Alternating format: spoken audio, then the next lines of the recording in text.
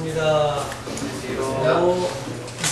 오래전에 우리 양재성 목사가 지금 모임이 있는데 와서 얘기 좀 하라고 해서 그때는 크게 뭐 신경을 못 썼는데 크게 개념하지 않았는데 어느 날 갑자기 전화가 와서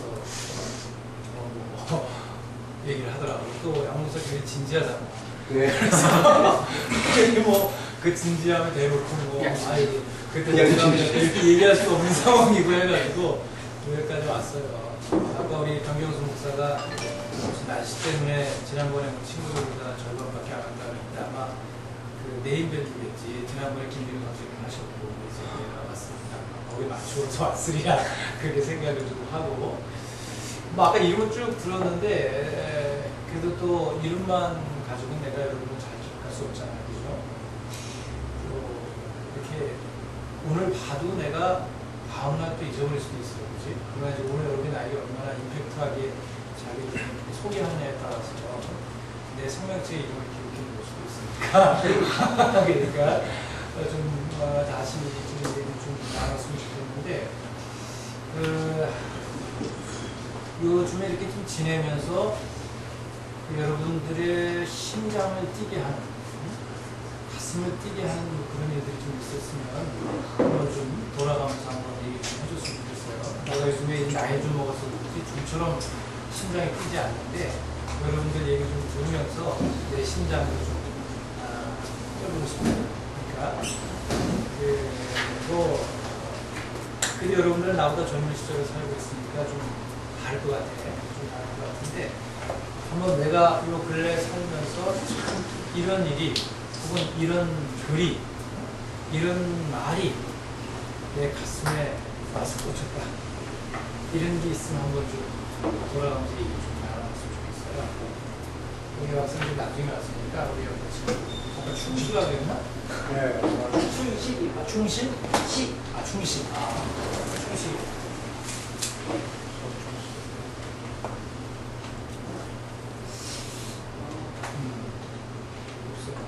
생각이지만 지금 얘기 말씀드릴게요.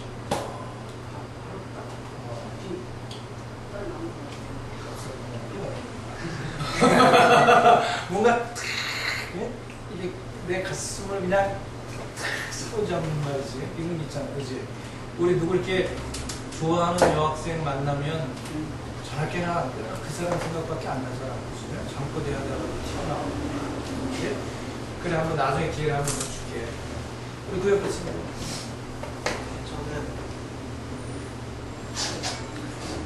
인호라고 하고요. 인호. 목사님 말씀. 내가 이 강의를 끝날 때쯤 내 미션은 여러분 얼굴하고 이름을 다 기억하는 거야. 오늘 충석이. 그 나의 그 임팩트하게 소리를 듣잖아요. 충식이. 인호. 민호. 민호. 그래. 민호. 저는 오늘 목사님 말씀 들었을 때 가장 먼저 떠올랐던 게요. 심장을 뛰게 하는 일에 대해서 정말 심장을 뛰게 하는 일이 지금 현재 연애를 하고 있는 거에 대해서 그게 가장 실제적이고 제가 먼저 생각한 거 보니까 이게 가장 좀 현재 삶에서 핵심이라기보다 지금 큰 화두인 것 같아요. 연애하는 거. 얼마나 됐어, 사귄 지?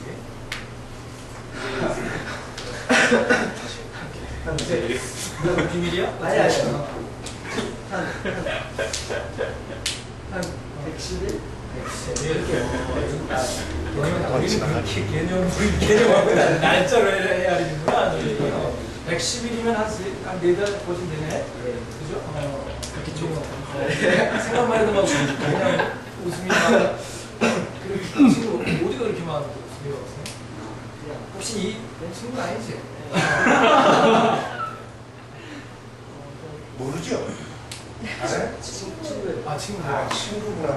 그래, 그런 노래도 들어. 친구의 친구를 사랑한다. 이런 노래도 있거든요. 그래, 우리 민호. 미안해. 네. 어디가 딱히 마음에 들었다기보다는 그냥 알고 지내면서 그런 사람 있잖아요. 처음에 봤을 때 너무 처음이 좋았는데 점점 점점 싫어지는 사람과 처음에 봤는데 그냥 별로 마음이 없다가 점점 알아갈수록 좋아하는 사람이 있잖아요. 근데 지금 만나는 친구는 극단적인 것 같아요. 처음에 그렇게 큰 감정은 많이 없었는데 점점 알아가면서 볼수록 잘 안 되는 거죠. 네. 왜 이렇게 웃냐? 왜 의미심장하게 이렇게 같은 저기 학년이에요? 다 아는구나. 그러니까 네. 이른바 CC네. 네. 네, 무슨 그 친구가 이렇게 연애를 하면서 굉장히 많이 느끼는 것 같아요. 네. 사람을 좋아하는 게 쉽지 않은 일이라는 걸 느끼고요. 그리고 사람을 정말 그 순수하고 진실하게 좋아하는 게 어렵고 힘든 것 많이 느끼고요. 연애하면서 물론 좋은 점도 많지만 그만큼 감수해야 될 부분이나 어떻게 보면 협의하는 시간들이 많이 있는데 그런 거를 생각하면서 항상 지금 현재 내 삶에서 지금 이 시기에 연애가 꼭 필수인가에 대해서 회의를 느낄 때도 있는데 그런 회의를 느낄 때도 있는데 그 회의를 덮을 만큼 연애하는 시기가 즐거워서 아직은 좀 서로가 어리고 또 공부해야 될 학생이다 보니까 그런 부분을 좀 감수를 하면서 연애하고 있어요. 그렇지. 참 이게 연애하는 것보다 더 가슴을 뛰게 하는 게 있지만 지금 민호 아마 지금 민호가 지금 입을 열어서 그녀를 향한 이야기를 하는 거 아니야, 그치? 그래서 막 가슴이 정말 쿵당쿵당하지. 그 마음에 담아두었던 거 하고 네가 입술을 열어서 표현하는 거는 또 다른 것 같아, 그치? 그래서 성경에도 사람이 마음으로 믿어 의에 이르고 입으로 시인하여 구원에 이른다 이럴 때 자네는 오늘 이 많은 학생들 앞에서 친구들 앞에서 입으로 나를 사랑하네 이렇게 얘기한 거네, 그치? 아유, 민호 정말 얼굴만 봐도 나는 기분 좋아지네. 나에게도 그 아련한 청춘의 어느 날 민호와 같이 가슴 뛰던 그 여인들은 지금 다 무엇을 하고 있을까? 예. 그 다음에 우리. 네. 저는 뭐 아무것도 안 해도 심장은 항상 뛴다고 생각하는데, 네, 저는 요새는 두 가지인데요. 배드민턴. 제가 하기 시작하면서 배드민턴 운동 시작했고요. 그게 되게 재밌고, 그 다음에 미국 드라마.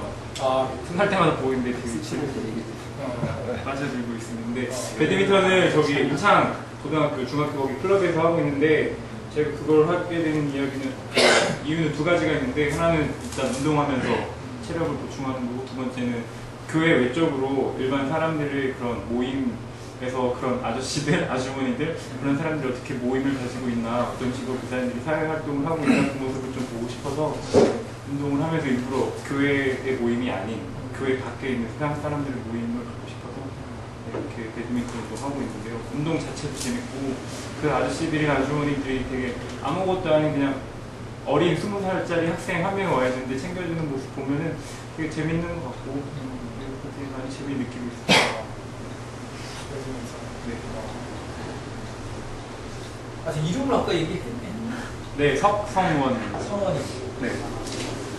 배드민턴하고 또 하나 뭐라 두 가지라고 했지? 미국 드라마. 미국 드라마. 뭘 그렇게 보신 거야? 그냥 뭐 닥치는 대로 빅뱅 이론이랑 척 이런 거. 최근에 그냥 성형외과 그런 거 아니니? 립턱은 다른데. 나도 예전에 누구 꼬임에 넘어가서 한동안 미디어에 빠졌던 적이 있었는데 그레이스 하나 네, 한국인. 출장을 봤었는데 나중엔 그 드라마가 눈물의 왕국 같더라고. 이 사람이 얘랑 좋아했다가 또 얘가 얘랑 좋아하고 또 보통 그 드라마에 나오는 모든 사람이 서로 뒤엉켜서 이렇게 하는 걸 보고 이런 경우가 있나. 그리고 이제 지금은 이제 미디어에 소문났어요. 역시 우리 정상을 안 믿는다. 이제 그런 생각을 했는데 영현이는 어떻게 요즘에 지내? 예, 좀 심장 뛰었던 이제 어젯밤에 메뉴와 첼시의 경기.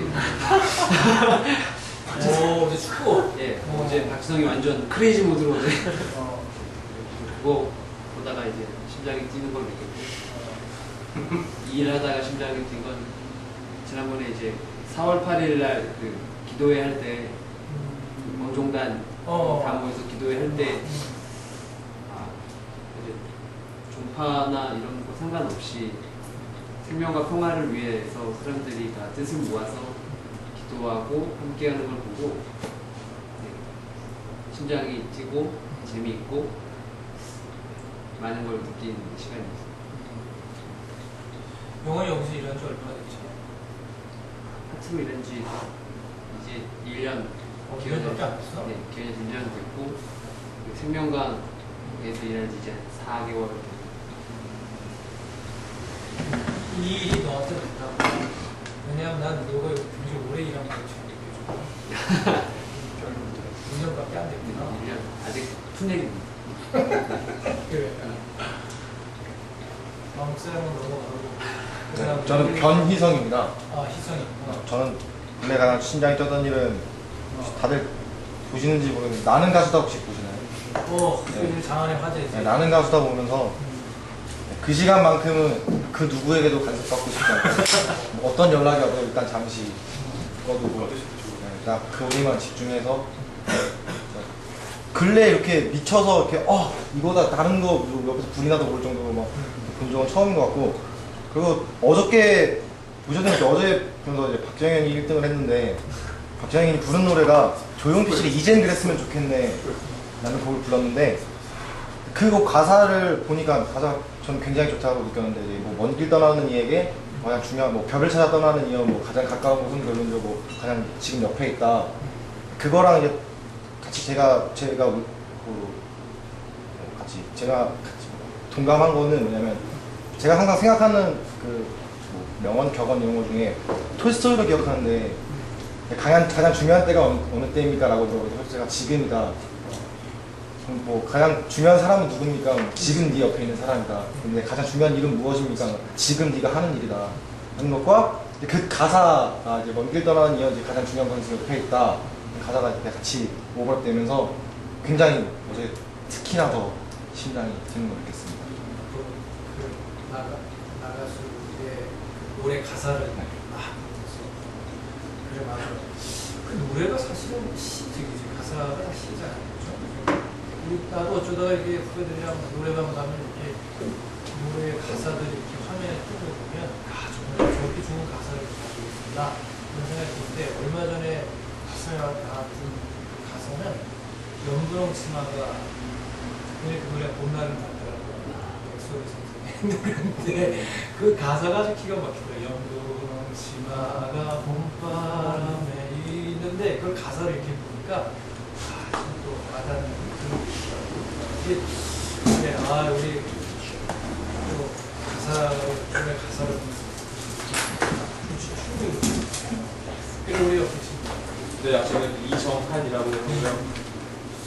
저는 이렇게 가슴 뛰는 심장 뛰는 게 요즘에 그런 게 많이 없었습니다. 왜냐하면 그리고 좀 신앙생활도 열심히 안 하고 또 개인적으로 뭔가 좀 삶도 제대로 정리되지 않고 그런 좀 삶을 살아서 좀 그런 심장 뛰는 일이 많이 없고 그랬어요. 그리고 좀 그런 제 모습에도 약간 좀 아쉬움이 있었고 근데 또 그중에서도 좀 제가 항상 조금 관심을 갖고 있는 건 사회에서 좀 차별받고 있는 사람들 그런 걸 항상 좀 마음에 두고 있는데 그런 마음을 갖고 있었는데 그러니까 그런 사회에 대한 좀 그런 마음과 좀 제 스스로에 대한 그런 마음을 갖고 있었는데 오늘 수업 들을 때 교수님이 말씀하셨는데 묵시문학 수업인데 묵시록에 대한 수업인데 그 예수님 당시에 예수님이 승천하시고 재림을 기다리던 사람들이 계속 예수님이 오지 않는 상황에서 그냥 떠난 게 아니라 붙잡았던 말씀이 그 예수님이 마지막으로 하신 말씀 내가 세상 끝날까지 너희와 함께 있으리라는 말씀을 붙잡았대요. 그래서 그 말씀 듣고 나서 내가 좀 혼자 있는 것 같고 따로 있는 것 같고 세상이 정의롭지도 않은 것 같지만 그래도 예수님이 함께 계신다는 그런 말씀을 듣고 그 말씀을 조금 그대로 가슴에 끼는 가슴을 들어주고 자네 굉장히 진지하다. 아니, 딴 친구도 다 진지한데, 뭐 특히 더 진지하다. 그래, 예, 저는 지금 도시민미성교회 활동하고 있는데요. 도시민미성교회에서 활동을 하면서 이제 경험한 일주일에 한 번씩 노숙인 아저씨들 만나고, 방금도 한 아저씨 이제 방 들어가시는 거 도와드리고 왔는데, 이제 하면서 우리 교회에서 이렇게 하고 있거든요. 이두 어떻게 보면 되게 다른 일을 하면서 뭐가 앞으로 내 일일까 이런 거 생각하면서 이렇게 고민하는 자리에서 선배들과의 자리에서 그런 걸 이렇게 고민하고 하면서 고민하면서 부르는 노래들, 그때가 굉장히 저한테는 가장 즐거운 시간인 것 같고, 진짜 가슴 표현하신 그대로 가슴 뜨겁고 되게 심장 뛰는 순간인 것 같아요. 어떤 노래가 그런 노래 굴라비 놓치지 않은 편지, 글래 오르는 게 뭐 그렇고 그런 노래들이 요즘 지금 그렇더라고요. 그리고 저는 가보지 못했는데 메이데이 집회 때 시청 앞에서 노동자들이 천의 노동자를 부르는데 그게 그렇게 진짜로 보통이 아니더라고. 하는 그래서 이게 동영상을 봤는데 그걸 보면서 되게 가슴이 뛰더라고요. 심장이 뭐 노동자들이 부르는 틀어주는 이 노래가 우리가 부를 때랑 생각이 들었어요. 또 얼마 전에 저번 주 금요일에 재능교육 농성 시청 앞에 재능교육 농성장에 갔었는데 1000여일 넘게 농성하면서 엄청 적은 수, 비도 와서 사람들이 많이 안 왔었는데 한 15명? 뭐 이렇게 정도 있었는데 이게 딱 그 사람들이 그래도 1200일 넘게, 1200일이면 3년 넘게 먹는 거잖아요. 어려운 싸움을 위해서 한다는 게 굉장히, 그래서 또 문화재 공연도 있었고 그 점에서 되게 뜨거움이 있었어요. 또 말하자면 얼마 전에 김규영 씨 왔을 때 이제 강연을 들으면서 김규영 씨가 했던 얘기 중에 이제 나는 하지 않으면서 내가 어쨌든 어떤 하는 사람들 보면서 이쪽이 좀 그래도 되는 것 같으면 내가 그때 잘 가담하겠다, 그런 생각 가지고 우리가 뭐 평론가의 입장을 취하고 있는 게 좋지 않다 이런 얘기를 그때 했었잖아요. 근데 우리가 이제 뭐 논평자의 자세를 버려야 된다. 우리가 지금 당장 그렇게 생각하는 사람들만 다 해도 벌써 조직되고 나왔을 텐데 그게 굉장히 가슴에 와닿았다고 생각이 들었습니다. 상원 아주 가슴 뛰는 상원도 나랑 페이스북 친구기도 해요. 그래서 우리 나중에 한데 우리 학생들 지금 이렇게 요즘에 살면서 왜 나는 그래. 난 또 이거 목사님들은 또 잘 뛰잖아. 그래서 예, 우리 연도 목사 또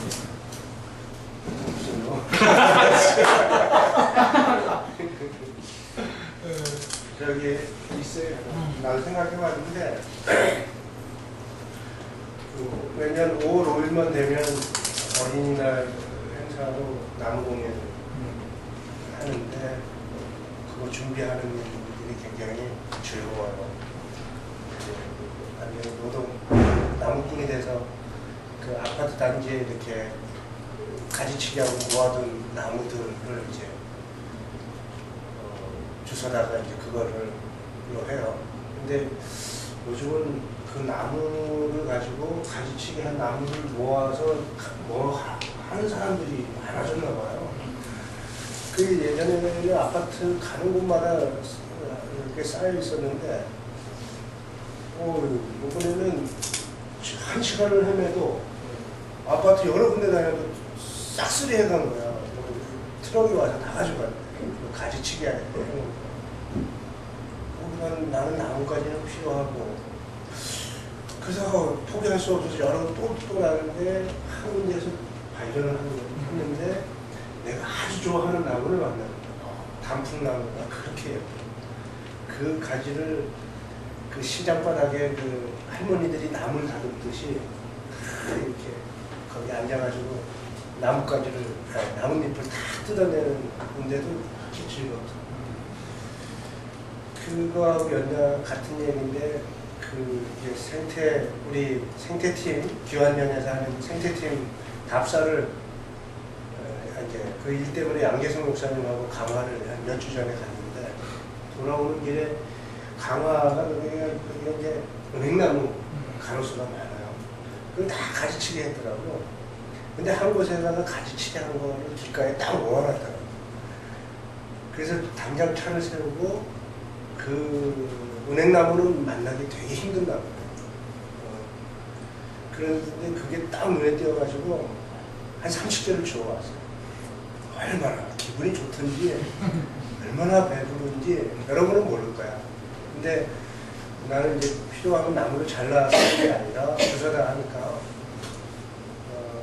그러한 그래서 아쉽지만은 그 은행나무를 만났다는 거에서 내가 확보하고 있다는 거니까 아주 기분이 좋아. 아주 생소한 얘기죠. 그래서 일부러 해놓은 거예요. 잘 모를 거야. 근데 그 재미가 있어. 우리 여학생 이름은 어떻게 돼요? 서경이요. 경원이는 혹시 그런 게 좀 없었어요? 저는 아빠하고 얘기할 때 가끔씩 아빠랑 얘기하는 것을 가슴에 들어오지. 어떤 때 아빠가 이렇게 가슴에 들어오게 해주셔? 좋은 말씀도 많이 해주시고 동기부여도 해주시고 제 멘토이시니까 이야, 참 좋구나. 뭐지? 아빠를 이렇게 저거 할 수 있다는 건, 그죠? 아버지 혹시 목회하셔? 좋은 목사님이시니까 자기 자녀로부터 그 사랑과 신뢰를 받을 수 있다는 게 참 감사한 일이지, 그치? 우리 딸내미 얘기를 해서 미안한데 지금 우리 딸내미는 이제 기완에서 얼마 있다 생태 캠프 하는 날에 산마을고등학교 있고 3회예요. 이 아이가 중학교 때 있었던 일이야. 중학교 3학년 때인데 무슨 시간인지는 생각이 안 나는데 아무튼 그날 저녁에 와서 나한테 얘기를 해줘서 세월이 꽤 됐지만 기억하고 있는데 그날 그 선생님이 그 반 아이들에게 이런 질문을 했대. 너희들 중에 나중에 지금 너희 아빠 같은 사람이랑 결혼할 사람 손들라고 했대. 그래서 우리 딸내미는 정말 다 서른들이라고 생각을 하고 다 아빠랑 결혼하지. 그것도 손을 이렇게 들어주는 거야. 그래서 손을 딱 들고 보니까 자기만 손을 들고 있더래. 웃어야지. 뭐야. 그래서 그렇구나. 근데 참 우리 딸내미한테 이렇게 사랑을 받고 있구나. 그렇게 얘기를 해. 걔네 그래서 늘 이뻐를 자기는 뭐 노빠, 슈빠 이렇게 얘기하는데 아빠래. 얘기를 한다고 하는데 우리 경원이도 아빠인가 보다. 그래. 자 우리 추석이 좀 생각 좀 했어? 충식이. 저는 생각해봤는데 그래. 되게 제가 생각하면서 시간 가는 줄 모르고 와 진짜 되게 기쁘다 행복하다는 일이 생각보다 있었어요. 우선 먹는 거하고 먹을 때 하고 제가 좀 이렇게 조용한 데서 시 읽는 거 있잖아요. 네, 그걸 좀 좋아해요. 요새 그걸 되게 시를 읽으면서 되게 막 이렇게 머리를 이렇게 띵 한다는 그런 느낌, 그러니까 막 정화된다는 느낌. 그런 거 느낄 때가 되게 많아요. 시를 읽으면서. 그거 읽을 때도 정말 시간 가는 줄 모르고 있고요. 시를. 그래갖고 저도 이제 가끔 이렇게 막 길 지나가거나 생활할 때 정말 이건 나만 떠오르는 생각이다 하고 막 할 때 이렇게 적을 때 있고 원래 시상. 원래 좋을 때 그럴 때 되게 기분 좋고요. 편했었어요. 그러니까 저 우리에게 이렇게 요즘에 추천할 만한 좋은 시랑 저요? 저는 그 시를 많이 읽는 거 아닌데 그걸 계속 반복해서 읽어요. 그래갖고 네 근데 류시아 시집 그거 사랑하라 한 번도 상처받지 않은 것처럼 하고 지금 알고 있는 걸 그때 알고 있었더라고요. 그치 되게 막 그 시 하나를 보면서 되게 생각을 많이 하게 돼요. 막 사람에 대해서도 막 계속 생각해보게 되고, 우리가 사는 거에 대해서도 생각해보게 되고, 어떤 세계에 대해서도 생각해보게 되고, 그 글씨 몇 개 안 되는 걸 통해서 되게 그렇게 볼 수 있다는 게 되게 좋은 거예요. 그걸 원했고, 그 다음에 애들이랑 노는 거예요. 좀 5살에서 초등학교 애들이랑 노는 게 그렇게 재밌어요, 저는. 애들이 좀 유치하다고 하는데, 저는 그게 되게 시간 가는 줄 모르고 되게 재밌어요. 되게 그냥 저는 시골 살아서 애들이랑 그냥 같이 막 자전거 타고 다니고, 네, 그냥 장난하고 막 그러면서 되게 그냥 아직 저도 그래도 머리는 컸지만 걔같이 이렇게 순수함을 조금이라도 더 갖고 싶어서 근데 그런 의도는 없고요. 그냥 노는 것 자체가 되게 좋아서 놀아요. 음악과는 좀 가끔 한심하다고 하는데 저는 그래도 개의치 않고 네, 그 시간이 되게 즐거워요. 아이들 함께 하는 네, 주의가 되게 이런 시간. 시를 우리 여기 뭐 병영수 목사도 있지만 우리 80년대 때는 그 시절에 이제 막 운동 뭐 이렇게 하고 그럴 때는 시가 굉장히 큰 힘이 되었어요. 그래서 그 당시에 뭐 김남주의 시라든가 뭐 양성 시라든가 뭐 이런 시들이 정말 우리의 가슴을 뛰게 만들고 그때는 김남주 시집 같은 경우는 이게 출판이 금지되어 있었기 때문에 정말 이렇게 막 돌려보면서 시절이 있었는데 그 이후에 정말 시의 시절은 끝났나 그렇게 생각했는데 우리 충식이가 다시 우리 가슴에 메마른 가슴에 시의 불을 밝히네요. 그다음에 우리 저 나중에 제일 맨 나중에 하는데 네, 저는 한창이라고 하고요. 제가 질문을 제대로 못 들어서 질문 한 번만 다시 해주시죠. 그러니까 요즘에 우리 창이가 이렇게 지내고 살면서 네. 창이 가슴을 따뜻하게 하고 가슴을 뛰게 했던 일이 혹시 있는지 그런 얘기 좀 알았어요. 가슴이 뛰게 했던 예들이나 그런 꿈 같은 거요. 저는 이제 되게 넓고 크게 좀 하나 말씀을 드리면요. 좀 세상을 바꾸는 느낌의 운동들이나 공동체를 보면 굉장히 가슴이 뛰는 것 같아요. 그래서 교회나 사회나 굉장히 부조리하고 또 정의롭지 못한 어떤 모습들을 많이 볼 때마다 굉장히 그것에 대해서 가슴이 아프고 또 그렇지 않고 살고 싶다라는 도전을 되게 많이 받고요. 또 그렇게 살아가는 사람들, 또 그렇게 운동하는 사람들, 그런 단체들, 그런 공동체들을 볼 때마다 저도 그렇게 하고 싶고 또 그렇게 살고 싶고 그런 생각들이 많이 들고요. 제가 지금 일하는 곳에서 기초생활 수급자들을 많이 만나요. 그래서 그런 사람들을 또 섬기면서 또 도와주면서 그렇게 살아가는 복지사분들도 보게 되고 또 그렇게 작은 일들에 대해서 굉장히 열심히 또 사람들을 위해서 또 공동체로 섬기는 사람들을 보면서 굉장히 많이 도전을 받고 있고 또 제가 꿈꾸는 거는 이제 그런 공동체를 만드는 게 이제 제 마지막 목표로 살아갈 것 같은데요. 그래서 좀 세상을 바꾸는 움직임을 하는 공동체 그런 것들을 많이 생각할 때마다 또 꿈꿀 때마다 가슴이 뛰고 또 공부하고 싶고 또 이렇게 이런 강의에 참여하게 되는 동기인 것 같아요. 자, 우리 서로 박수 한번 합시다.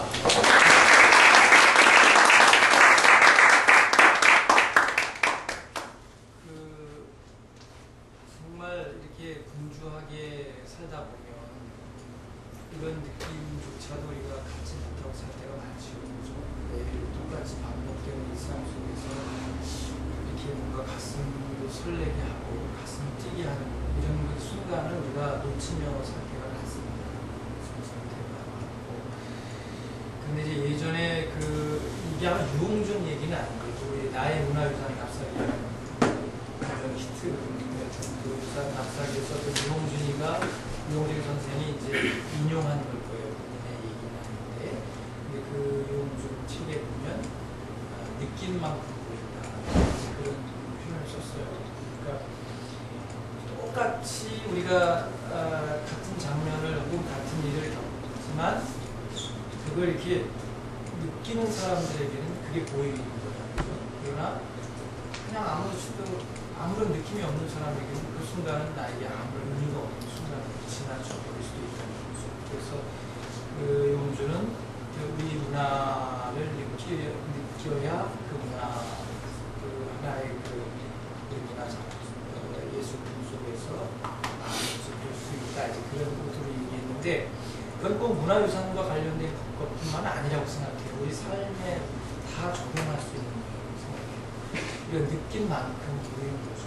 우리가 얼마나 내 마음을 이렇게 열어놓고 삶을 하면서 살아가느냐에 따라서 남들이 느끼지 못하는 것, 그래서 보지 못하는 것을 볼 수 있는 눈을 갖게 되는 거죠. 우리가 이렇게 예술가들을 보면 참 그 하나의 작품을 만드는 창작의 과정을 놓고 보면 어떻게 보면 좀 무식해 보이기도 하고 또 지루해 보이기도 하고 그렇잖아요. 그러나 그런 지루하고 무지해 보이기까지 하는 그런 창작의 과정을 통해 나타나는 작품은 우리들을 감동시키죠.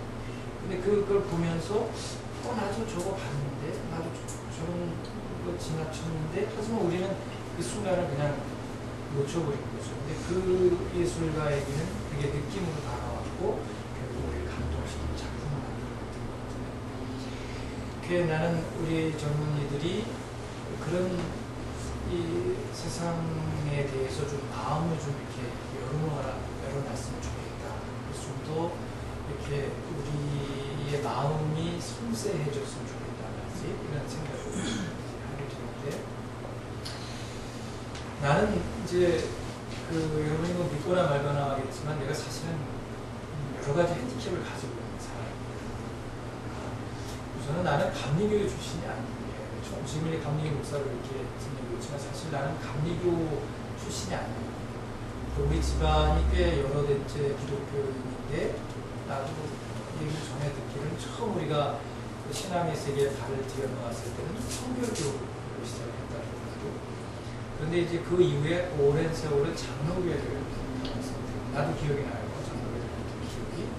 근데 우리 아버님이 중령으로 예편을 하셨는데 이 양반이 이제 월남전에 참전을 하셨는데 부상을 당하셨어요. 그래서 이제 귀국선을 타셨는데 그 부상을 당해서 이제 몸도 막 안 좋고 이렇게 힘들고 그런데 그 귀국선을 탔는데 옆에서 그렇게 지극정성으로 자신을 보살펴준 사람이 있었는데 그 사람이 순복음교회 교인이었대요. 그래서 우리 아버님이 장로교회를 다니다가 순복음교회로 넘겨가셨어요. 그러니까 우리는 뭐 그 시절만 하더라도 뭐 우리 뭐 이런 거 주장할 계제가 못 되기 때문에 그래서 아버님을 따라서 순복음교회를 다녔어요. 그러니까 뭐 참 지금 생각하면 지금의 제 모습하고는 잘 안 어울리는 것 같은데 참 놀랍게도 그래서 여의도 순복음교회를 제가 다녔어요. 제가 출신이 여의도 순복음교회입니다. 그리고 거기서 사실은 세례도 받았어요. 지금 한참 세간에 화제가 되는 조용기 목사부터 그 순복음교회는 우리는 감리교회는 살수자라고 해서 이렇게 세례를 주지만 그 순복음교회는 침례를 했어요. 그래서 옷도 다하게 갈아입고 침례를 받았어요. 그래서 이제 우리 순복음교회에서 이제 은혜도 받고 세례도 받고 신앙 생활을 하다가 이제 신학교를 가게 됐는데 그 시절에 어떤 일이 있었냐면 순복음 신학교가 지금 대조동 지금은 이제 순복음 뭐 한세대학교 생기고 있으니까 그때는 순복음 신학교가 저기 저 대조동에 있었어요. 순복음 신학교가 당시에 무인가 신학교에 들어가지고 신입생을 뽑을 수가 없었어요. 뽑을 수가 없었는데 그래서 이제 내가 목사가 되고 싶은데 이 순복음 신학교가 신입생을 뽑지 않는다 어딜 가야 되나 고민을 하던 와중에 우리 아버님이 어떻게 해서 민영진 박사, 여러분 민영진 박사 아시나요? 민영진 박사님? 지금 이제 성공에 계시는 민영진 박사님하고 어떻게 연계되셔서 민 박사님이 감신을 보내라고 이렇게 말씀하셨대요. 어느 날 저녁에 들어오셨는데 너 감신 가라 얘기를 하더라고요. 그래서 전혀 아무런 감리교회에 연고 없이 감신을 들어왔어요. 근데 이제 감신을 들어오면서 내 생각은 어떤 생각을 했냐면 나는 신학교는 그냥 통과의례다. 목사가 되기 위한 하나의 과정일 뿐이고 빨리 신학교 졸업하고 나는 조용기 목사와 같은 이런 위대한 부흥사가 되어야겠다는 이런 거친 포부를 품고 그리고 내가 이 감신에 들어왔어요. 들어와서 신학교 생활을 시작했는데 그 다부진 꿈은 채 1년이 가기 전에 다 산산조각이다 보니까 말하지 부흥사 돼야 되겠다 뭐 이런 생각은 1년을 채 못 버티고 다 깨져버렸어요. 깨져버리고 감신 안에서 참 좋은 여러 만남들을 내가 겪었어요. 하는 만남들이 있었지만 제일 큰 만남은 감신을 통해서 내가 그 전까지는 모르고 있었던 역사와 시대라고 내가 우리 동기들보다 한 3회 늦게 신학에 분석을 듣는데 내가 1982년에 감신을 들어왔는데 그때만 해도 1980년에 광주 항쟁이 있은 그 다음이었기 때문에 학교 분위기가 살벌했어요. 살벌했고 뭐 경찰들이 제 집 드나들듯이 경찰 오브랑대전이나 그런 시절이었는데 지금도 기억나는 건 우리 들어가서 첫 번째 책풀 때인가 첫 번째 아마 책풀 때였던 것 같은데 지금은 오랜 방황을 끝내고 다시 목회를 시작한 임태영 선배가 이제 그 첫 번째 책풀 시간에 소위 이제 시위를 하다가 잡혀가고 그랬던 가족이었어요. 그런 분위기 속에서 학교를 다니면서 자연스럽게 내가 이제까지 그저 열심히 뜨겁게 통성 기도하고 이렇게 하면은 내 몫을 다 한다고 생각했었는데 그런데 이제 감신에서 공부를 하고 주변에 많은 좋은 이들을 만나면서 시대와 역사라고 하는 아주 큰 3대를 만나게 됐고 그 역사와 시대라고 하는 것을 내 나름으로 품에 안았어요. 그리고 이제 생각하기를 이제 나는 부흥사는 부흥사인데 이렇게 그저 조용기 목사와 같은 그런 스타일의 부흥사가 아니고 우리 민족의 문화의 역사를 품에 안는 민족의 부흥사가 되어야 되겠다. 이런 이제 생각을 하게 됐던 거죠.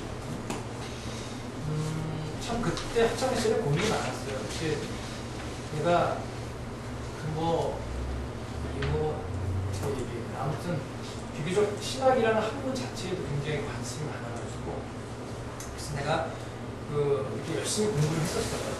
그래서 내가 우리 그 동기들 중에 이렇게 기타 그리고 기타 연인들 있잖아요. 도저히 자기들 실력으로 시험에 통과될 수 없는 친구들 이런 친구들 내가 시험 전날 다 불러다 앉혀놓고 다 강의를 했어요. 이건 이렇게 나옵니다. 그래서 그 친구들이 내가 적어준 그 페이퍼를 가지고 시험에 들어갈 정도로 신학이라는 학문이 굉장히 나한테는 재밌었어요. 그리고 이제 마침 내가 뭐 학교 활동하고 그럴 때 나를 지도했던 우리 변선아 선생님도 계셨고 내가 교육견사로 있던 교회 담임 목사님이 이분이셨는데 변 선생님이랑 아주 또 친한 분이셔서 내가 있던 교회도 여러 차례 와서 설교하시고 뭐 이래서 변 선생님이랑 굉장히 가까웠고 대학원에서 계속 변 선생님 지도하에서 내가 공부해서 변 박사님이 계속 이제 나한테 이제 공부를 좀 더 해라 뭐 이런 얘기를 했었어요. 했었고 왜냐하면 내가 희소성이 있었고 내가 이제 석사 논문을 민중신학을 썼기 때문에 변 선생님들이 이제 이 길로 계속 하라고 이제 그랬는데 근데 이제 고민이 있었던 거죠. 내가 이 시절에 이렇게 공부를 하는 것이 맞는 것인지 아니면 이 시대와 역사의 부분에 내 나름대로 응답하는 것이 먼저여야 되는지 이런 고민들을 많이 했었어요. 내 나름대로. 그 다음에 결국 공부는 다른 사람이 할 수도 있고 또 나중에 할 수도 있겠지만 이 일은 더 미룰 수는 없는다 이런 생각을 하면서 내가 공부를 더 하겠다는 생각을 이제 포기를 했죠. 요즘 약간 좀 아쉬움도 있어. 그래서 감신에게 가본 교수를 왔다 갔다 하는데 내가 그날 때는 다 별볼일 없었는데 교수라고도 이러고 다니는 거를 나도 그때 길을 잘 택했다 이건 좀 지금과 또 다른 인생의 길이 열릴 수도 있었을 텐데 그런 생각도 하는데 뭐 이렇게 크게 후회는 없어요. 내가 그 시절에 그런 선택을 했고 그날 이후로 지금까지 이런 삶을 살아온 것에 대해서 크게 불만은 없어요. 아무튼 그런 어떻게 보면 뭐 핸디캡이랄까? 하여튼 조금 좀 다른 출발이 있었어요. 여러분들과 지금 같은 감리교회에서 자라난 게 아니고 전혀 다른 분위기의 신앙생활을 하고 그렇게 시작을 했다가 이제 내가 감리 목사가 된 그런 이제 경험이고 이제 또 하나는 여러분들 중에도 뭐 이렇게 운 좋은 사람들 봤겠지만 내가 한 우리 막 지나는 무렵에 소아마비가 있어요. 그 뒤에 이제 소아마비를 아는 게 특별한 그런 게 있는데 우리 어머님이 이렇게 그 시절만 하더라도 이렇게 달걀 같은 거 이렇게 막 마음대로 먹던 시절이 아니잖아. 근데 우리 어머님이 내가 장남이고 하니까 좀 잘해주겠다고 달걀을 이렇게 반숙을 해서 어떻게 나한테 먹였는데 그 해에 유독 소아마비가 많이 유출됐대요. 내가 1960년생인데 그 해에 소아마비가 무척 많이 터져서 공교롭게 내가 소아마비를 걸렸는데 그래도 다행히 우리 부모님들이 아주 정말 핏방으로 애를 쓰고 고생을 하셔서 그래도 이렇게 또 다른 친구들보다는 조금은 좀 이렇게 몸을 움직이는데 좀 나은 그런 처지가 되긴 했지만 어쨌든 뭐 그렇게 이제 어렸을 때부터 장애를 가지고 태어났어요. 네, 지금까지 쭉 살아왔어요. 그래서 내가 어렸을 때는 제일 이제 싫었던 시간이 체육시간. 보통 우리 어렸을 때는 체육시간이 제일 신나잖아. 나와서 운동하고 그런데 나는 체육시간만 되면 막 너무 싫은 거야. 애들은 나가서 막 공차고 막 좋아하는데 나는 이거 늘 운동장 스탠드 한 구석에 이렇게 쭈그리고 앉아가지고 친구들 공차를 구경만 하고 있어야 되고 하니까 체육시간 되는 게 너무너무 싫었고 그리고 또 하나 싫었던 건 목욕탕 가는 게 너무 싫었어. 그게 이제 목욕탕 가면 내가 옷을 미안하다 옷을 다 벗어야 되는데 그런데 옷을 벗으면 옷을 입고 있으면 대충 넘어갈 수도 있는데 옷을 딱 벗으면 내 신체의 이 핸디캡이 다 모든 사람들한테 보여줘야 되잖아. 그래서 내가 대중목욕탕을 철 들고 나서 철 없을 때야 그저 모르고 갔지만 철 들고 나서부터는 거의 대중목욕탕을 안 갔습니다. 근데 요즘에는 뭐 저 안면 까고 쉽도 아닌데 그때 하여튼 뭐 한 아직 예민하다 뭐 사춘기 시절 이런 때는 막 목욕탕 뭐 친구들끼리 야 목욕 가자 뭐 이래도 나는 아주 겹사건데 목욕탕 안 간다 막 그랬는데 뭐 그런 게 이제 다 그런 그 핸디캡이 있었어요. 근데 이제 생각해보니까 만약에 내가 이런 장애가 없었다고 한다면 내 삶이 어땠을까 하는 생각을 또 하게 돼요.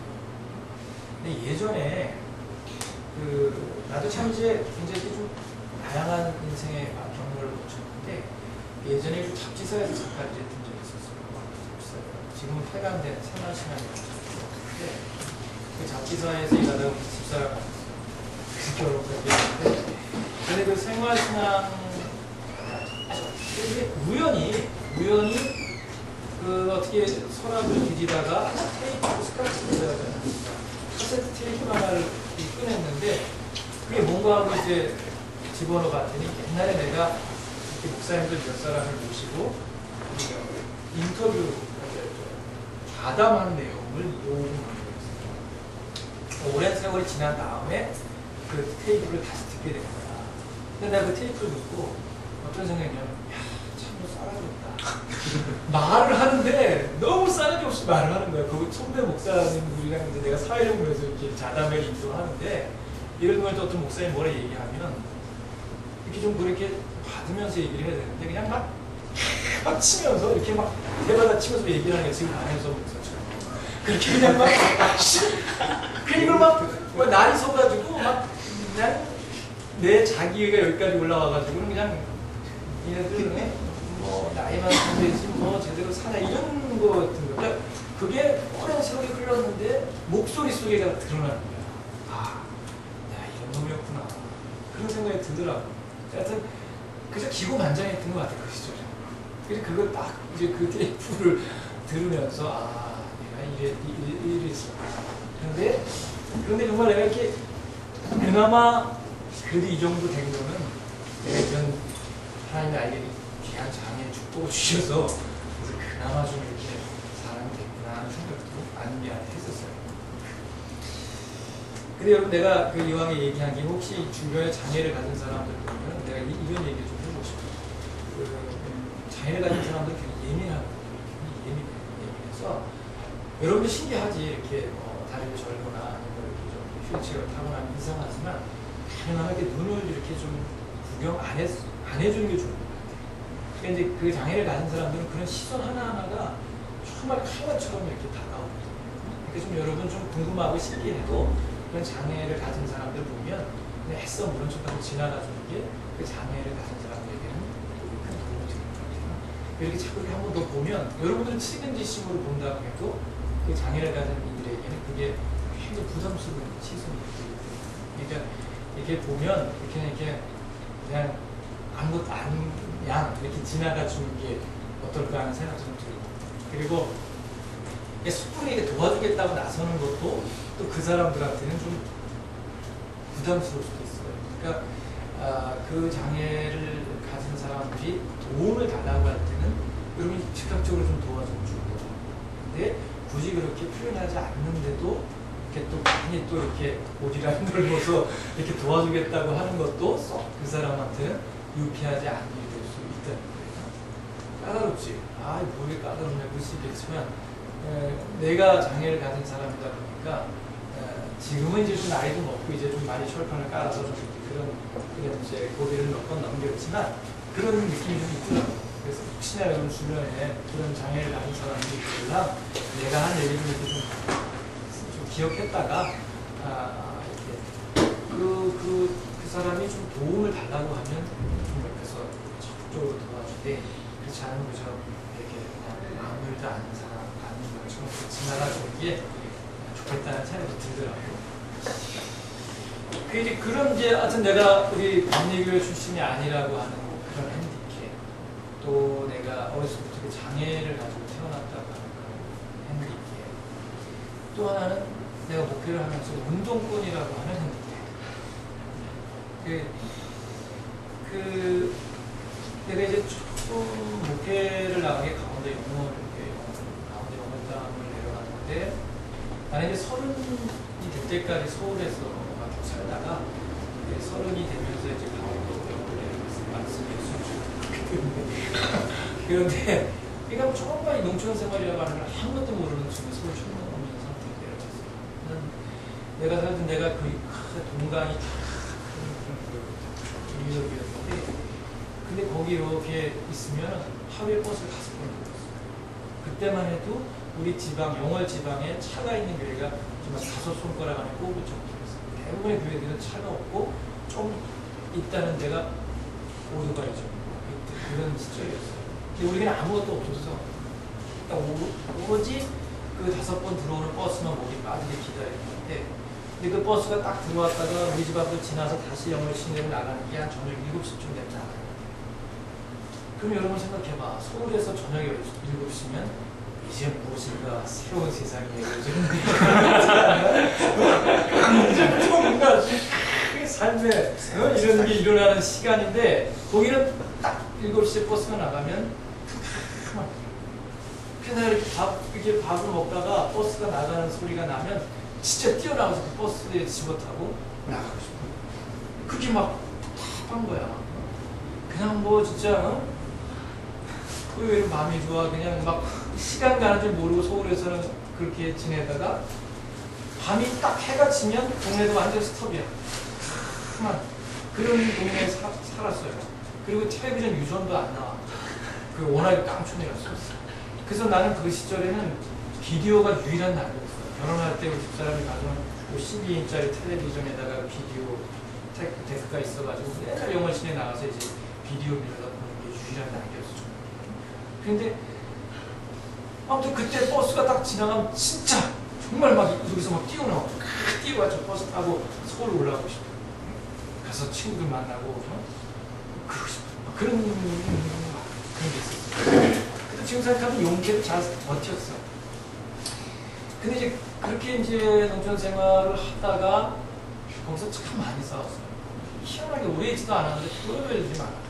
홍수도 나고 우박도 막 그래서 하여튼 동네가 아주 막 있는 동안에 그 동네가 생긴 이래로 참 큰 일들이 많이 있었어요.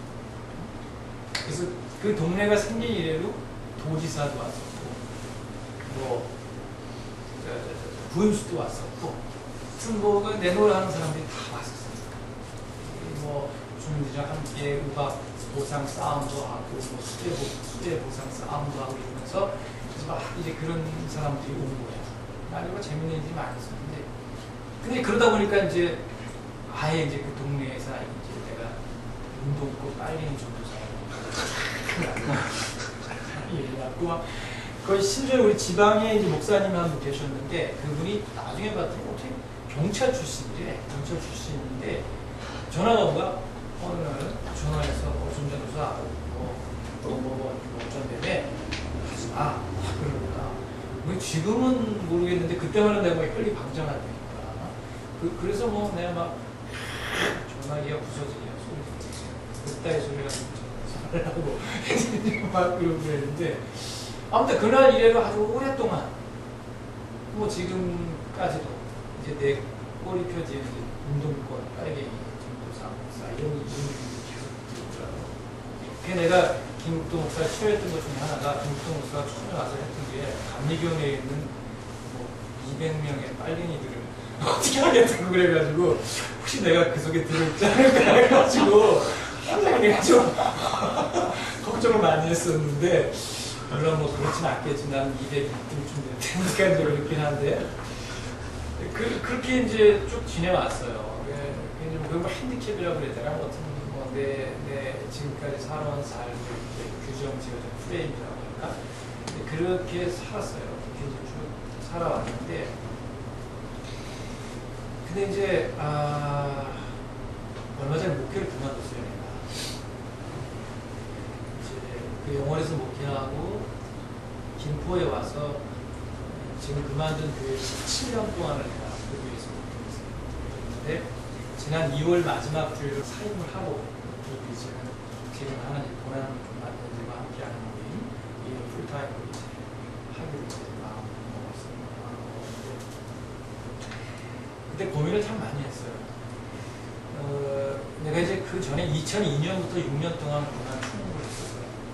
고난 충무 6년 동안 하다가 2년을 이제 그만뒀어요. 이제 후임자에게 고난 일을 맡기고 다시 내가 교회로 돌아갔는데 근데 2년 만에 또 내가 이 일을 맡을 수밖에 없는 상황이 됐어요.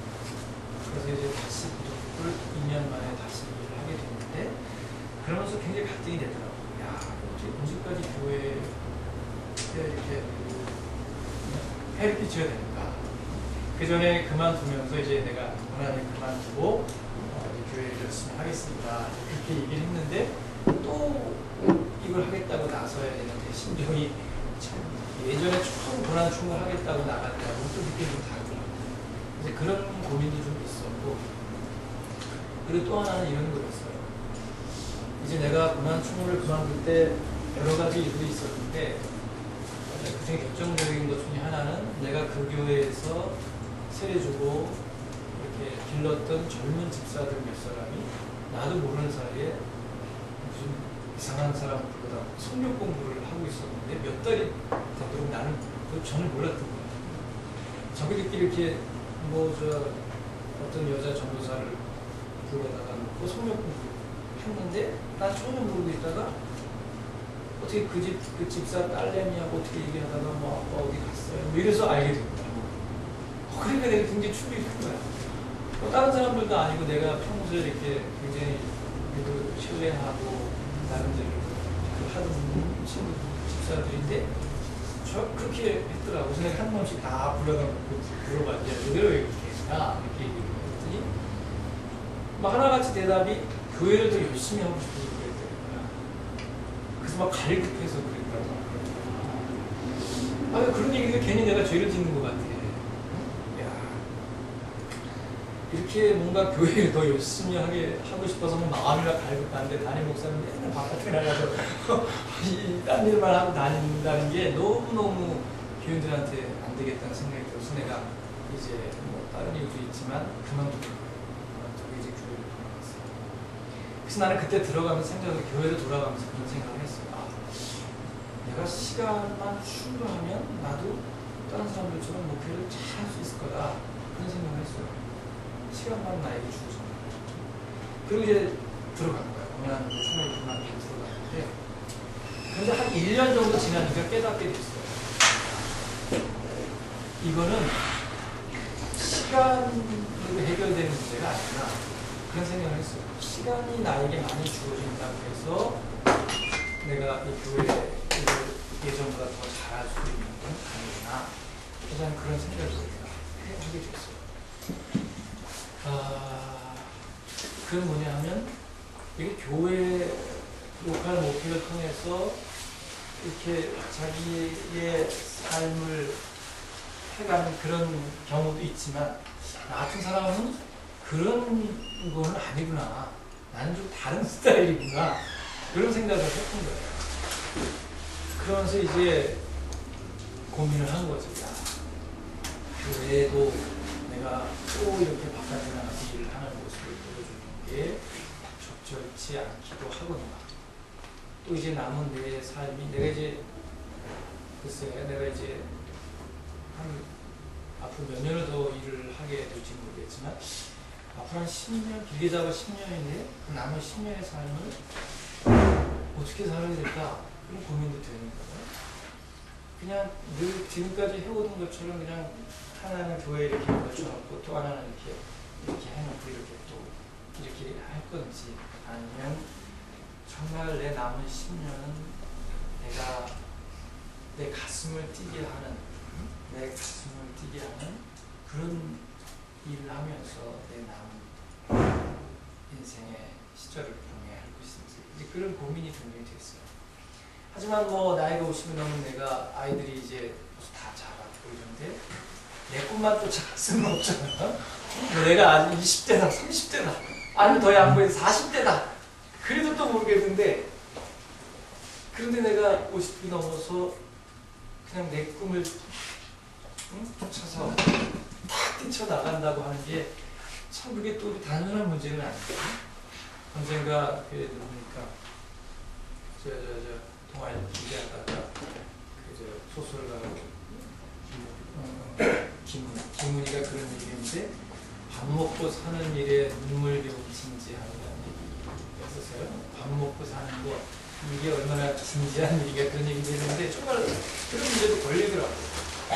고민을 참 많이 했는데 근데 이제 용기를 냈어요. 용기를 내서 아무튼 내 남은 10년은 뭐 다른 사람이 나를 어떻게 평가하든가 내가 10년 동안 어떻게 살아서 다른 사람이 정말 너 잘 살았다, 너 정말 잘했다 이런 박수를 받는 게 아니라 정말 내 가슴을 뛰게 하는 삶을 살고 싶다. 그래서 내가 10년 뒤에 내 삶을 바라봤을 때 눈으로 보이는 어떤 성과가 아니라 내 스스로가 나를 이렇게 설득할 수 있는 그런 삶을 살고 싶다 하는 생각을 했어요. 그래서 이제 참 주변에 가까운 친구들, 선배들은 말도 하고 걱정을 많이 했지만 이제 내가 교회 사임을 하고 이 길을 나왔는데 원래 사실은 양 목사한테 무슨 얘기를 좀 하라고 해서 어떤 얘기를 할까 뭐 이렇게 저도 생각했는데 요즘에 뭐 체력도 딸리고 뭐 이렇게 준비한다는 게 쉽지가 않더라고요. 그래서 그저 여러분들보다 내가 조금 더 먼저 살았던 그냥 인생의 선배로서 내 얘기를 하는 게 좋겠다는 생각을 했는데 내가 여러분에게 해주고 싶은 얘기는 그런 것 같아요. 물론 다 경우는 다를 거예요. 상황은 다르겠지만 아무튼 우리가 앞으로 어떤 선택을 어떤 길을 가든지 간에 내 스스로가 나에게 이렇게 나를 설득할 수 있는 그런 삶을 살아야 되지 않겠는가. 얼마 전에 우리 가까운 후배 하나가 나한테 그렇게 물어보더라고. 목사님, 나도 운동한다고 이렇게 지내는데 요즘에는 운동하는 것 같기도 하고 아닌 것 같기도 하고 참 그렇다고 하면서 목사님 선배로서 나한테 해줄 말 없냐고 그렇게 얘기를 하더라고요. 그래서 내가 나도 너에게 어떤 이렇게 정답을 줄 수는 없다. 그러나 좀 내가 너한테 해줄 수 있는 건 네 DNA가 원하는 대로 살아. 그런 얘기를 했어요. 정말 내가 내 안에 DNA가 뛰는 그런 삶을 살아야 되지 않는가. 한비아가 뭐 비난도 많이 받지만 사실 한비아 정도만 되면 우리 시대에 참 좋은 선생님 중에 한 사람이다 그런 생각을 합니다. 한비아가 쓴 책 중에 이렇게 보니까 그런 얘기를 했어요. 직업 선택에 대한 어떤 그 후배의 그 얘기에 대해서 한비아 그런 대답을 했어요. 우리 앞에 선택이 있는데 내가 하고 싶은 일인데 돈을 못 버는 일이 있어요. 그리고 내가 하기 싫은 일인데 돈을 잘 벌어. 그리고 내가 하고 싶은 일인데 돈도 잘 벌어. 그리고 또 내가 하기 싫은 일인데 돈도 못 벌어. 그런 선택이 우리 앞에 놓여 있다. 근데 정말 미친놈 아니고는 하기 싫은 일인데 돈도 안 버는 일에 나 이거 하겠다고 달려드는 사람 없을 거야. 아마 우리가 제일 갈등하는 건 아마 그런 걸 거예요. 그러니까 하기 싫은데 돈도 못 버는 건 아예 우리가 보지도 않을 테고 하고 싶은데 돈까지 버는 일이라면 기를 쓰고 달려들 텐데 근데 우리 앞에 그런 선택은 잘 안 오거든. 우리 앞에 선택은 늘 두 가지 선택 중에 하나인 거야. 하고 싶은데 돈을 못 벌거나 아니면 하기 싫은데 돈을 좀 벌려. 먹고 살 수는 있어. 이런 선택이 늘 우리 앞에 현실적으로 주어지는 것 같다는 거예요. 근데 그때 한비아가 그런 얘기를 하더라고. 그럴 때 나는 여러분에게 하고 싶지만 돈을 못 버는 일을 택하라고 해주고 싶다. 그런 얘기를 했어요. 왜냐하면 하기 싫은데 돈을 잘 버는 일을 택했다가 하기 싫은데 돈까지 안 벌리게 되면 어떻게 할 거냐. 그런 얘기를 했어요. 그러나 반대로 하고 싶은 일이지만 돈을 못 버는 일인데 근데 하다 보니까 하고 싶은 일인데 돈을 벌 수 있게 된다면 얼마나 좋겠느냐 하면서 그 한비아는 그 자기에게 질문하는 그 젊은이에게 하고 싶은 일인데 당장에 돈을 좀 못 벌더라도 하고 싶은 일을 택하라. 그렇게 권면을 하더라고요. 나도 여러분에게 그런 얘기를 좀 하고 싶어요.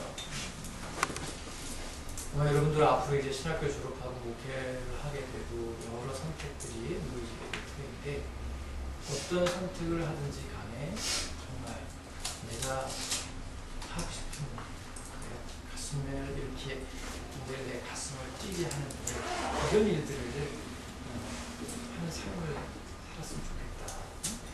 내가 사진을 좀 좋아해요. 그래서 이렇게 영예도 사진 찍는 걸 좋아하지만 근데 정말 사진 찍을 기회는 정말 없어요. 내가 뭐 참 되게 유명하잖아. 얘들하고 이 세대 차이가 느껴서 이렇게 농담이 잘 안 나오구나. 근데 아무튼 이렇게 뭐 사진을 찍고 싶은데 잘 안 되더라고. 이렇게 뭐 어디 가면 늘 내가 이렇게 떠들어야 되는 자리에 있고 그래갖고 사진을 잘 못 찍게 되는데 근데 이제 그래도 내가 열심히 사진 사이트에 들어가. 내가 찍지는 못해도 다른 사람 찍는 거라도 좀 구경하자. 열심히 사진 사이트 들어가. 너희는 SDL 클럽이라고 알아? 거기 내가 아주 진짜 거의 매일 개그맨. 그 사진을 못 찍어도 내가 매일 들어가는데 거기 가보면 배낭맨 연실남자라고 하는 여자 친구가 있어요. 그 친구가 자기 세계 여행기를 이렇게 기록을 하는데 근데 이 친구는 잘 나가던 직장을 어느 날 30이 넘어서 30이 다시 때려치고 세계 여행을 나서 여행을 하다가 지금은 뭘 하냐면 여러분 아랍에미레이트 항공이라고 알아요? 네. 전 세계 항공사들이 있지만 아랍에미레이트 항공사가 제일 배우가 좋아요. 거기 스튜어디스로 취업이 됐어요. 근데 처음 그걸 보면서 그런 생각한 거야. 야, 자기가 하고 싶은 여행을 하다가 이제 돈까지 벌게 되는 거야. 그걸 보면서 생각을 하기도 했는데 그리고 또 하나 그 사이트에서 내가 알았던 거는 나이가 40이 넘었는데 이태리에 요리를 배운 거야. 나이가 40. 자기가 지금까지 생활을 다 내던지고 이제 요리사가 돼야겠다. 40이 넘어서 이태리 요리 수업을 받았어요. 그래서 내가 그 얘기를 설교 때 쫙 했더니만 우리 집사람이 당신 그 아내하고 애들 생각을 해봐. 나한테 무책임하게 되게 요리 배우러 가는 것만 좋아하지 말고 그 피눈물을 가족을 생각하라고 그런 얘기를 하기는 하던데 그러나 참 그런 문기 하나님 그런 건 참 아직도 내가 가슴을 뛰게 만드는 요전인 것 같아요. 여러분 그런 앞으로 남은 여러분의 삶을 그렇게 살았으면 하는 그런 생각을 좀 해주고 싶고 그래서 나는 여러분에게 한 두세 가지 요청을 하고 싶은데 하나는 여러분 토머스 머튼이라고 하죠. 유명한 얘기예요. 토머스 머튼이 그런 얘기를 했다고 합니다. 깊은 기도는 우리를 밀실로 인도하는 것이 아니라 광장으로 인도한다. 그러니까 우리의 기도가 깊어지면 그러면 이 기도가 우리만의 세계로 들어가는 게 아니라 광장으로 나아가게 된다. 세상을 향해서 나아가게 된다는 건데 사실 토마스 머튼은 그렇게 살았습니다. 굉장한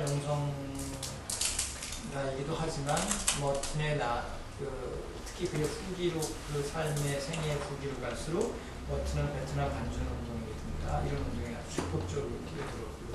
잘하는 팀락함 같은 베트남의 교육 서상가도 들어서 세미나 붙이면서 얘기했는데 근데 이제 그런 얘기를 했다고 합니다. 깊은 기도는 우리를 밀실이 아니라 광장을 인도한다.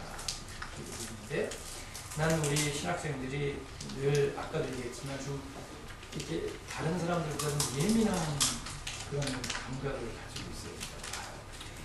예전에 동국대학교 교수하던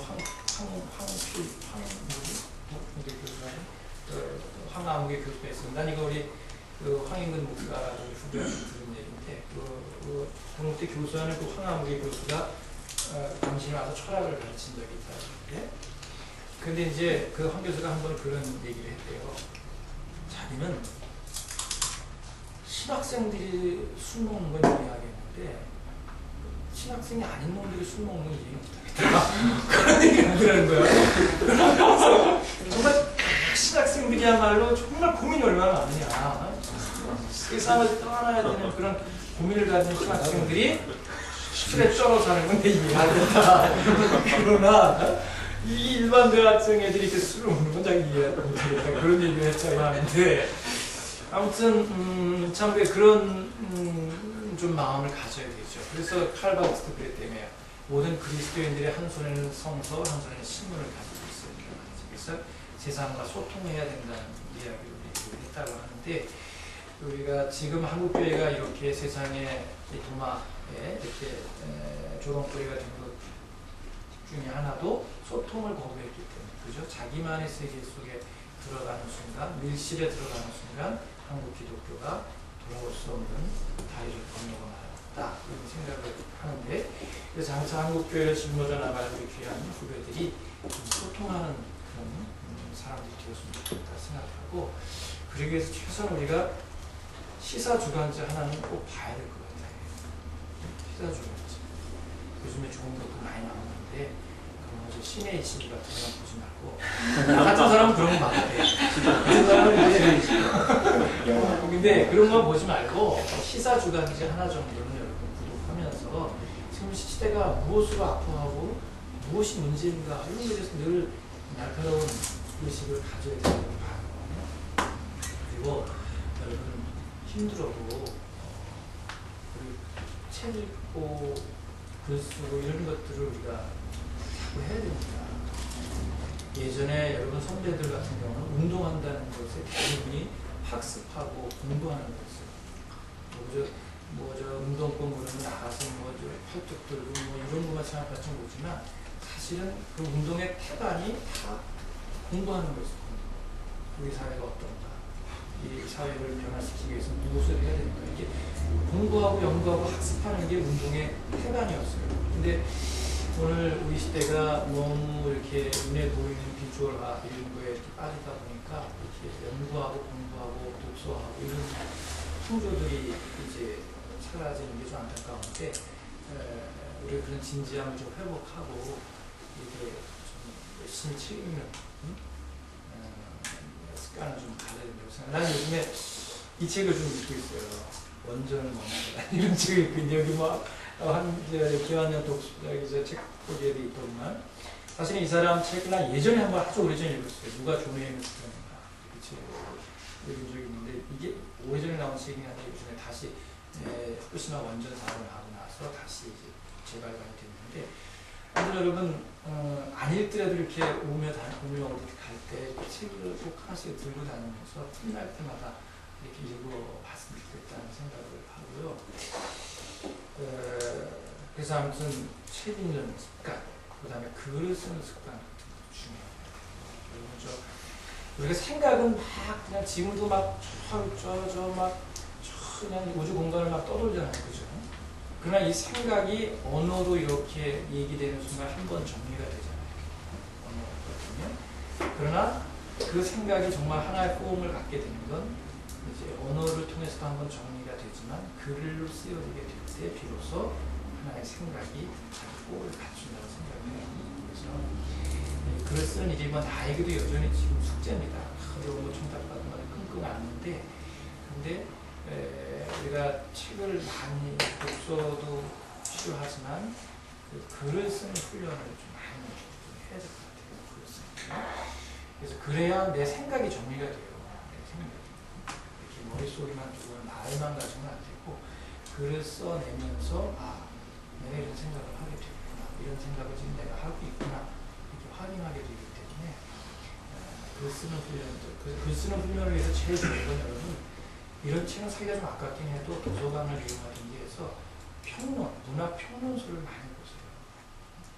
사실은 문학 평론가들의 글이 정말 스탠다드입니다.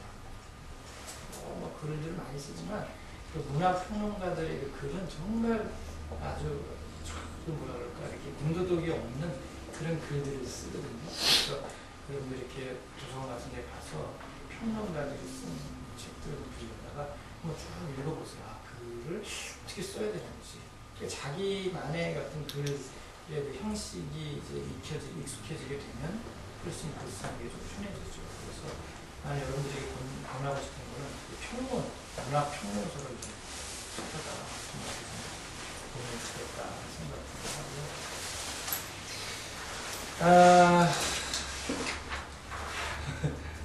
그리고 이제 또 하나는 여러분 어떤 단체 하나 쓸 때 이렇게 다 좀 몸을 실었으면 좋겠어요. 나도 고난 총무 6년 하면서 내 나름으로는 이렇게 사회 문제에 깨어있다고 생각했는데 막상 2년 교회 현장에 들어가니까 그런 감각을 많이 잃게 되더라고요.